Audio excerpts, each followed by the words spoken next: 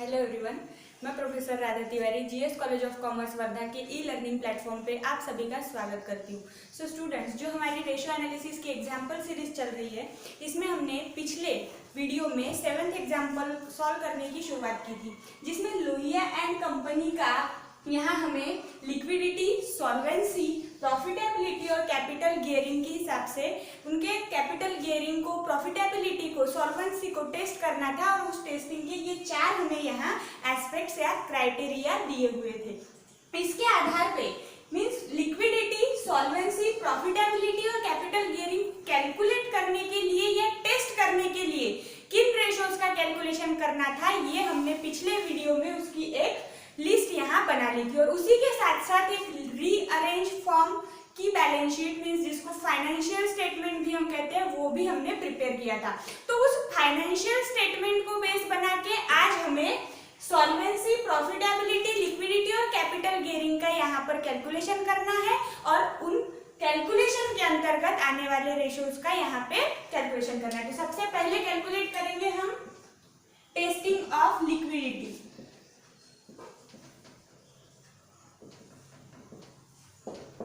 और testing of liquidity में हमने उस दिन देखा था कि यहाँ पे हमें स्पेशली 2 रेशोज का कैलकुलेशन करना है। सबसे पहला बेस है कि करंट रेशो और सेकेंड लिक्विड रेशो। तो पहला यहाँ पे कैलकुलेशन करेंगे करंट रेशो का, और करंट रेशो का कैलकुलेशन करने के लिए हमें चाहिए current assets divided by current liabilities.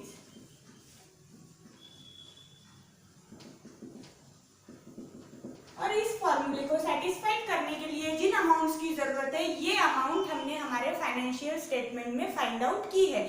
वहां पे total of current asset means यहाँ हमें टोटल लिखनी है, बट हमारी बैलेंस शीट में करंट एसेट के stock, cash, debtors, short term investment, ऐसे बहुत सारे आइटम्स गिवन है। वहीं पे करंट लायबिलिटीज की अगर बात करें तो creditors, provision for tax, bank overdraft, ऐसे various kinds of current asset, current liabilities भी हमें बैलेंस शीट में गिवन है, बट यहाँ हमें टोटल अमाउंट चाहिए। तो ये टोटल अमाउंट हमें कहाँ से मिलेगा?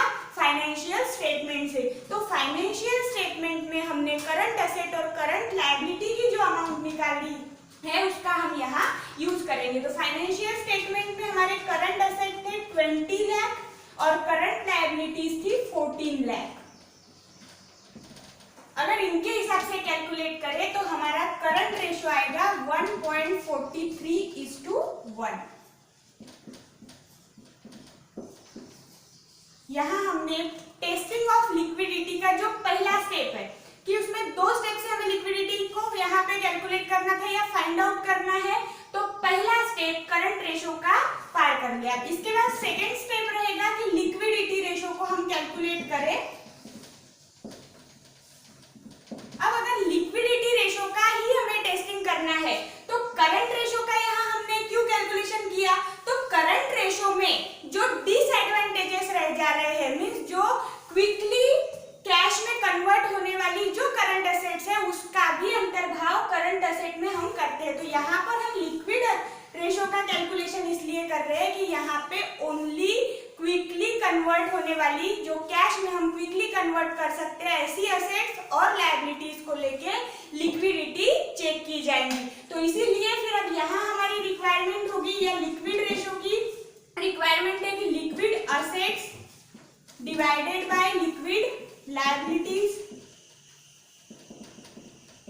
अब हमारे पास करंट एसेट और करंट लायबिलिटीज गिवन थी, या हमने वो उसका एक टोटल का ब्लॉक बना लिया, बट लिक्विड एसेट और लिक्विड लायबिलिटीज कैसे मिलेगी? तो करंट एसेट और करंट लायबिलिटीज से हम फॉर्मूला यूज करके या एक वर्किंग नोट बनाकर इजीली लिक्विड एसेट और लिक्विड लायबिलिटीज भी कैलकुलेट कर सकते हैं। तो लिक्विड एसेट को फाइंड आउट करने का फॉर्मूला है current asset minus stock and prepaid expenses.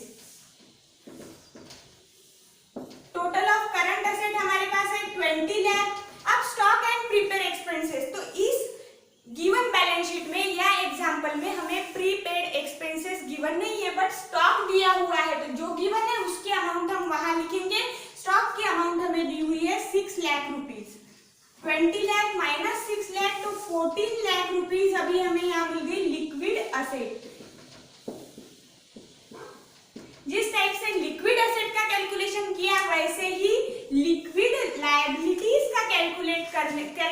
करने के लिए हम करंट लायबिलिटीज का आधार लेंगे। तो liquid liabilities equal to current liability minus BOD means bank overdraft. अब यहाँ पे करंट लायबिलिटीज 14 लाख दी हुई है और बैंक ओवरड्राफ्ट की अमाउंट 2 लाख रुपीस दिया हुआ है। इसके पहले जो 6 एग्जाम्पल हमने किए उन 6 एग्जाम्पल्स में ऐसे सभी आइटम्स हमें गिवन हो ऐसा नहीं था, बट ये जो एग्जाम्पल है इस एग्जाम्पल में हर आइटम, जैसे कि हमने पिछले वीडियो में फाइनेंशियल स्टेटमेंट जो बनाया था वो भी फुल फ्लेज बना था। मींस जो फॉर्मेट या स्टैंडर्ड फॉर्मेट हमें गिवन है उस स्टैंडर्ड फॉर्मेट का हर एक आइटम वहां पे आया था। वैसे ही एग्जाम्पल को या रेशोज को जब हम सॉल्व कर रहे हैं तो यहाँ पे फॉर्मूला यूज करते हुए हमारी कंसेप्चुअल क्लैरिटी को भी टेस्ट किया जा रहा है। हम केवल लोहिया एंड कंपनी का यहाँ पे लिक्विडिटी, सॉल्वेंसी और प्रॉफिटेबिलिटी को टेस्ट नहीं कर रहे, बल्कि इस एग्जाम्पल को सॉल्व करते हुए खुद की कंसेप्चुअल क्लैरिटी को भी चेक कर रहे हैं कि कहाँ कौन सी चीज हमें डिडक्ट करनी है या ऐड करनी है। तो करंट लायबिलिटी 14 लाख गिवन है, उसमें से बैंक ओवरड्राफ्ट की अमाउंट 2 लाख अगर हम लेस कर देंगे तो हमें लिक्विड लायबिलिटीज अब मिल गई 12 लाख। अब जो इस फॉर्मूले को सेटिस्फाइड करने के लिए अमाउंट चाहिए थी दोनों हमारे पास अवेलेबल है। लिक्विड एसेट दिया हुआ है 14 लाख और लिक्विड लायबिलिटीज है 12 लाख। इसका कैलकुलेशन करने के बाद 1.17:1 ये हमें लिक्विडिटी रेशो मिला। सो लोहिया एंड कंपनी का जो यहाँ पर लिक्विडिटी के हिसाब से टेस्टिंग करना था कि उनकी लिक्विडिटी कैसी है, शॉर्ट टर्म जो हम लायबिलिटीज कहेंगे उनको फुलफिल करने के लिए करंट एसेट का मींस करंट लायबिलिटीज को फुलफिल करने के लिए करंट एसेट का प्रपोर्शन चेक करने के लिए यहाँ पर हमने करंट रेशो और लिक्विडिटी रेशो का कैलकुलेशन किया। अब इसके बाद हमारा सेकेंड एजेंडा होगा कि हम सॉल्वेंसी टेस्ट करें लोहिया एंड कंपनी की, और सॉल्वेंसी टेस्ट करते हुए यहाँ पे सॉल्वेंसी रेशो कैलकुलेट करेंगे, डेट इक्विटी रेशो कैलकुलेट करेंगे और साथ ही में इक्विटी रेशो भी कैलकुलेट करेंगे, जिससे हमें जो लॉन्ग टर्म डेट का ऑब्लिगेशन है वो पता चलेगा कि उसको फुलफिल करने के लिए कैश फ्लो कंपनी में सफिशिएंट है या नहीं। तो testing of solvency, second ratios का कैलकुलेशन करने के लिए हम शुरुआत कर रहे हैं टेस्टिंग ऑफ सॉल्वेंसी। इसमें सबसे पहला रेशो कैलकुलेट करेंगे सॉल्वेंसी रेशो, जिसका फॉर्मूला है टोटल एक्सटर्नल लायबिलिटीज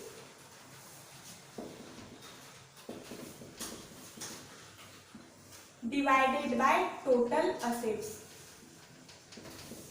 अब टोटल एक्सटर्नल लायबिलिटीज जैसा यहाँ पे टोटल एक्सटर्नल लायबिलिटीज कैलकुलेशन करके हमें लिखनी है, ऐसा ही एक सेम पॉइंट इसके पहले के एग्जांपल में भी आ चुका है। वहां मैंने आपकी दुविधा को क्लियर किया था कि जहां टोटल एक्सटर्नल लायबिलिटीज बोला है तो यहाँ पर current liabilities plus long term liabilities भी आएगी। तो यहाँ पे हमें दोनों का एडिशन करना पड़ेगा, मींस करंट लायबिलिटीज और लॉन्ग टर्म लायबिलिटीज के अमाउंट को मर्ज करके टोटल एक्सटर्नल लायबिलिटीज की अमाउंट यहाँ हमें लिखनी है। तो करंट लायबिलिटीज की अमाउंट हमें दी हुई थी 14 लाख। अभी जब हमने करंट रेशो कैलकुलेट किया तो वहां पे देखा कि करंट लायबिलिटीज है 14 लाख और मॉर्गेज लोन आपको गिवन है 16 लाख जो कि एक्सटर्नल लायबिलिटीज है, तो वो भी यहाँ पर हम ऐड करेंगे। तो सबसे पहला टोटल एक्सटर्नल लायबिलिटीज की जो अमाउंट रिक्वायरमेंट थी वो हमने यहाँ लिख दी। अब उसके बाद टोटल असेट्स, तो आपकी जो गिवन बैलेंस शीट है वहां पर आपको टोटल असेट 65 लाख रुपीस दिख रहा है, बट क्या वो 65 लाख हम यहाँ पे लिखेंगे? तो इसका आंसर है नहीं, क्योंकि उस बैलेंस शीट में या असेट साइड में आपको फिक्टिशियस असेट भी गिवन है, और फिक्टिशियस असेट ये टोटल असेट में असेट का जब हम हम कैलकुलेशन करते हैं या किसी भी रेशो को कैलकुलेट करते हुए टोटल असेट की अमाउंट लिखी जाती है तो वहां पे फिक्टिशियस असेट गिवन नहीं, मतलब गिवन अगर है भी तो भी हमें लेना नहीं है। तो हमारा सबसे पहला काम क्या है कि जो टोटल असेट में वो इंक्लूडेड है उसको लेस करना है। तो यहाँ पे total asset 65 lakh minus fictitious asset 1 lakh. अब हमें एक्चुअल टोटल असेट मिली जो हमारे फॉर्मूले के लिए हमें यूटिलाइज करनी है 64 लाख। अगर हमारे यहाँ पे कंसेप्ट क्लियर ना हो कि हमें टोटल असेट में जो इंक्लूडेड फिक्टिशियस असेट है उसको लेस करके यहाँ अमाउंट लेना है तो यही हमारा एग्जांपल रॉन्ग हो जाएगा। इसीलिए यहाँ हमारी हर तरीके की कंसेप्चुअल क्लैरिटी की टेस्ट ली जा रही है। अगर ये टर्म हम नहीं जानते तो ये रेशो हमारा कैलकुलेशन गलत हो सकता है। इसीलिए ये वर्किंग नोट को IMP करके या इसको आप स्टार मार्क देके रख सकते हैं कि जिसको बार बार आपको याद रखना है कि टोटल असेट में फिक्टिशियस असेट ऐड नहीं करनी होती। तो यहाँ पे 64 लाख हम लिख लेंगे, 30 लाख डिवाइडेड बाय 64 लाख, इसका आंसर आएगा 0.47:1। ये हमें मिला solvency ratio. Testing of solvency के तहत हमने पहला कैलकुलेशन यहाँ पे कंप्लीट किया, सॉल्वेंसी रेशो। अब सॉल्वेंसी रेशो को कैलकुलेट करने के बाद सेकंड कैलकुलेशन है डेट इक्विटी रेशो। इसका फॉर्मूला है external liabilities divided by share holders fund या प्रोप्राइटर्स फंड हम जिसको कहते हैं वो यहाँ पे हमें यूज करना है। तो एक्सटर्नल लायबिलिटीज ऑलरेडी हमने पहले फॉर्मूले में ही कैलकुलेट की है जिसकी अमाउंट है 30 लाख और शेयर होल्डर्स फंड की अमाउंट आपका फाइनेंशियल स्टेटमेंट आपको दे देगा जिसकी अमाउंट हमें मिली है फाइनेंशियल स्टेटमेंट के हिसाब से 34 लाख। अगर इनका कैलकुलेशन करेंगे तो हमें डेट इक्विटी रेशो मिलेगा 0.88:1।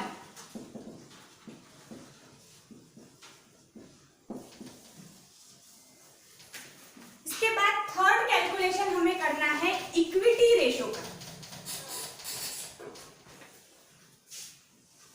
सॉल्वेंसी की टेस्टिंग करते वक्त यहाँ स्पेशली 3 रेशोज को कैलकुलेट करना मैंडेटरी होता है। पहला सॉल्वेंसी रेशो, दूसरा डेट इक्विटी रेशो और तीसरा इक्विटी रेशो। इक्विटी रेशो का फॉर्मूला है share holders fund divided by outsiders liabilities.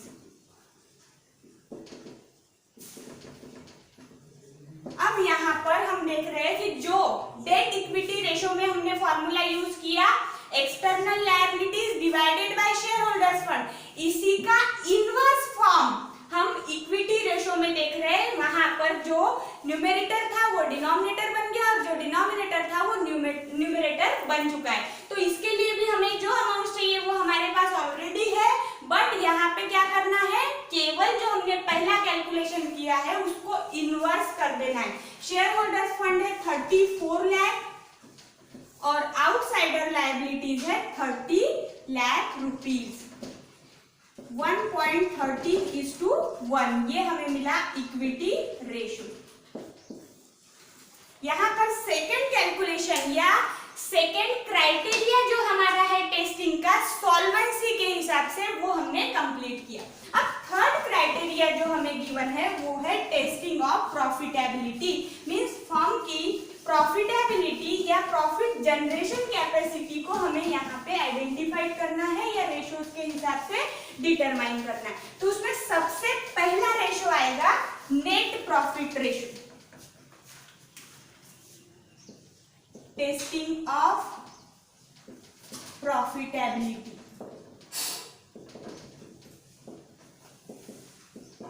इसमें पहला रेशो है नेट प्रॉफिट रेशो।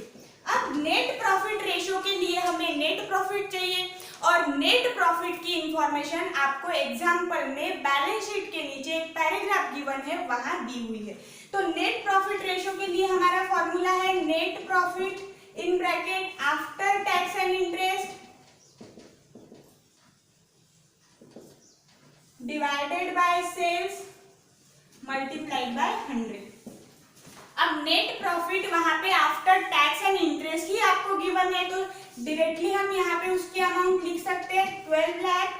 उसके बाद सेल्स दिया हुआ है 1,20 लाख मल्टीप्लाइड बाय 100। अगर कैलकुलेशन करेंगे तो हमें नेट प्रॉफिट रेशो मिलेगा 10%।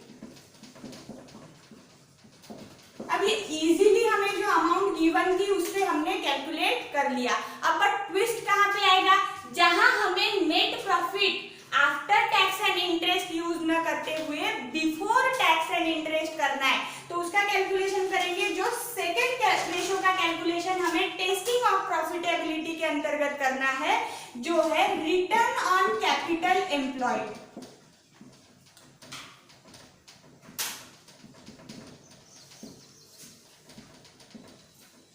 इसके लिए फॉर्मूला बनता है net profit before interest and tax divided by capital employed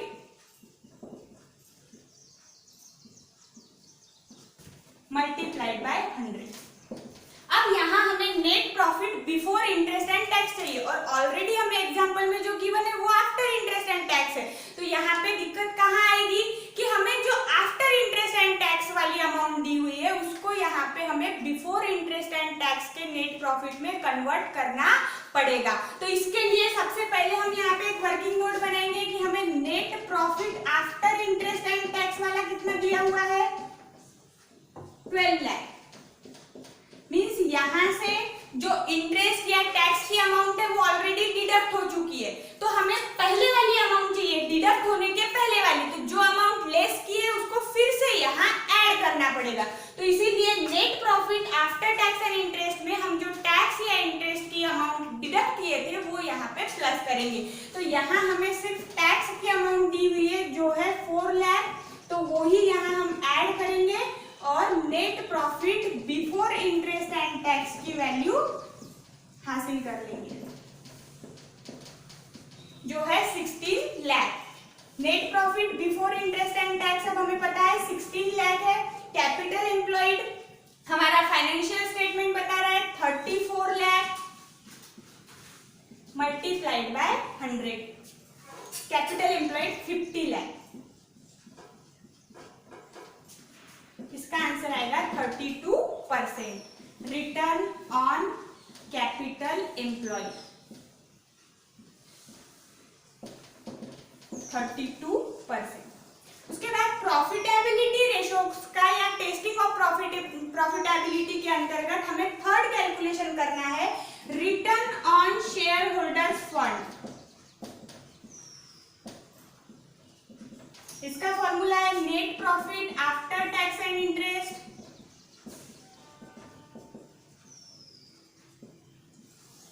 divided by share holders fund multiplied by 100। अब फिर से इजी पीजी कैलकुलेशन है, क्योंकि net profit after tax and interest है तो वो ऑलरेडी हमारे पास है, इसीलिए डायरेक्टली हम यहाँ लिख सकते हैं 12 lakh divided by share holders fund है 34 लाख मल्टीप्लाइड बाय 100। इसका आंसर आएगा 35.29% return on shareholders fund. अब यहाँ पर जो हमने 3 कैलकुलेशन किए प्रॉफिटेबिलिटी के अंतर्गत, means net profit ratio, return on capital employed और return on shareholders fund, तो यहाँ तीनों कैलकुलेशन में केवल रिटर्न ऑन कैपिटल एम्प्लॉयड जब हम कैलकुलेट कर रहे थे तो यहाँ एक न्यू टर्म आई है, या जो ऑलरेडी हमारी इसमें आ चुकी थी इसके पहले के एग्जांपल में, कि net profit before interest and tax कैसे कैलकुलेट किया जाता है। बाकी तो एज इट इज जैसा हम पहले से कर रहे हैं वैसा ही एग्जांपल यहाँ पे था।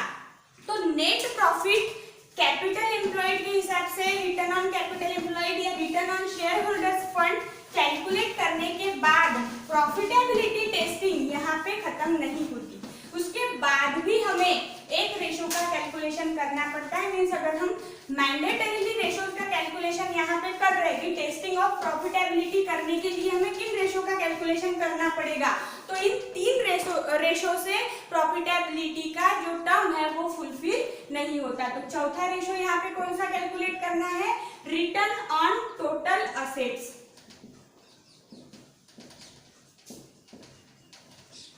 इसका फॉर्मूला है net profit after tax and interest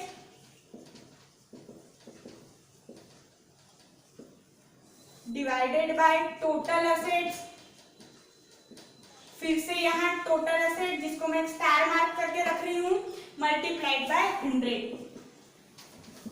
तो net profit after tax and interest 12 lakh divided by total asset की अमाउंट 64 लाख, जिसके पीछे क्या तथ्य है वो हमने पहले ही देख लिया। तो इसकी अमाउंट आएगी 19% रिटर्न ऑन टोटल असेट्स। यहाँ पे अब हमारा टेस्टिंग ऑफ प्रॉफिटेबिलिटी का जो थर्ड क्राइटेरिया था वो पूरा हुआ। अब लास्ट क्राइटेरिया जो हमें लोहिया एंड कंपनी की कैपिटल गियरिंग को टेस्ट करना है, उसके लिए कौन सा फॉर्मूला लगेगा, तो यहाँ केवल एक फॉर्मूला या केवल एक रेशो का हमें यूज करना है जो है capital gearing ratio. It is mainly utilized for analyzing capital structure of the company. Capital gearing ratio जिसका फॉर्मूला है equity capital plus reserve and surplus divided by preference share capital plus long term debts. अब company की capital structure को जानने के लिए यहाँ हम ये फॉर्मूला यूज कर रहे हैं कि स्ट्रक्चर कैसा है। तो मेनली यहाँ पर कैपिटल का ही उल्लेख हमने फॉर्मूला में किया हुआ है। इक्विटी शेयर कैपिटल हमारे पास गिवन है 20 लाख। अब रिजर्व एंड सरप्लस, ये है मेन नया पॉइंट कि रिजर्व एंड सरप्लस में हमें बैलेंस शीट के अंतर्गत क्या क्या दिया हुआ है। तो सबसे पहले आपको इजीली वहां पे मिल जाएगा कैपिटल रिजर्व जिसकी अमाउंट है 4 लाख। लेकिन इसके अलावा भी एक अमाउंट या एक वहां पे आइटम ऐसा गिवन है जो हमें रिजर्व एंड सरप्लस इस हेड के अंतर्गत लेना पड़ता है, जो है पीएल अकाउंट। अगर ये हमने वहां नहीं लिया, सिर्फ रिजर्व एंड सरप्लस देख के कैपिटल रिजर्व की अमाउंट लिख ली, तो फिर से हमारा रेशो का कैलकुलेशन यहाँ गलत हो सकता है। तो ये तीसरी टर्म जो हमारे इस एग्जाम्पल के अंतर्गत नहीं आई है कि रिजर्व एंड सरप्लस हेड दिया हुआ है, बट अगर वहां उस हेड के अंतर्गत आने वाले भिन्न भिन्न आइटम्स या डिफरेंट आइटम्स गिवन है तो आपको सभी लेने हैं, केवल रिजर्व वाली अमाउंट लेनी नहीं है। तो यहाँ पे 4 लाख प्लस 6 लाख जो कि कैपिटल रिजर्व की अमाउंट है 4 लाख और पी एंड एल अकाउंट की अमाउंट है यहाँ पे गिवन 6 लाख, और ये है हमारा इक्विटी शेयर कैपिटल। इसके बाद प्रेफरेंस शेयर कैपिटल लिखना है जो कि गिवन है 5 लाख, और लॉन्ग टर्म डेट में हमें एक ही यहाँ पे आइटम दिया हुआ है मॉर्गेज लोन जिसकी अमाउंट है 16 लाख रुपीज। इसका कैलकुलेशन करने के बाद आएगा 30 lakh divided by 21 lakh, answer आएगा 1.43:1। ये है कैपिटल गियरिंग रेशो। यहाँ हमने लोहिया एंड कंपनी की जो हमें गिवन एस्पेक्ट्स दिए हुए थे या क्राइटेरिया एक बताया हुआ था उसके हिसाब से प्रॉफिटेबिलिटी, सॉल्वेंसी, लिक्विडिटी और कैपिटल स्ट्रक्चर को टेस्ट किया। सो स्टूडेंट्स, हमारी इस एग्जाम्पल सीरीज में जो हमारा नेक्स्ट वीडियो आएगा वो इस एग्जाम्पल से भी ज्यादा इंटरेस्टिंग एग्जाम्पल जो रेशियो एनालिसिस के अंतर्गत आते हैं, जिसको हम रिवर्स रेशियो कहते हैं, या जहां पे हमें एग्जाम्पल गिवन होता था, बैलेंस शीट दी हुई होती थी और उसके हिसाब से बस कैलकुलेशन करते जाना पड़ता था। बट अभी हमें बैलेंस शीट में अमाउंट के अलावा केवल और केवल क्वेश्चन मार्क दिखेंगे, उन क्वेश्चन मार्क्स को ढूंढने का काम एग्जाम्पल में जो एक बहुत कम अमाउंट या जानकारी दी हुई है उसके हिसाब से हमें करना है। तो नेक्स्ट इंटरेस्टिंग वीडियो जब तक ना आए तब तक का इस एग्जाम्पल को अपने कॉपी में लिखिए, समझने की कोशिश कीजिए, जितने एग्जाम्पल हुए सबको बार बार छुड़ाइए, घर में रहिए, सुरक्षित रहिए। Thank you.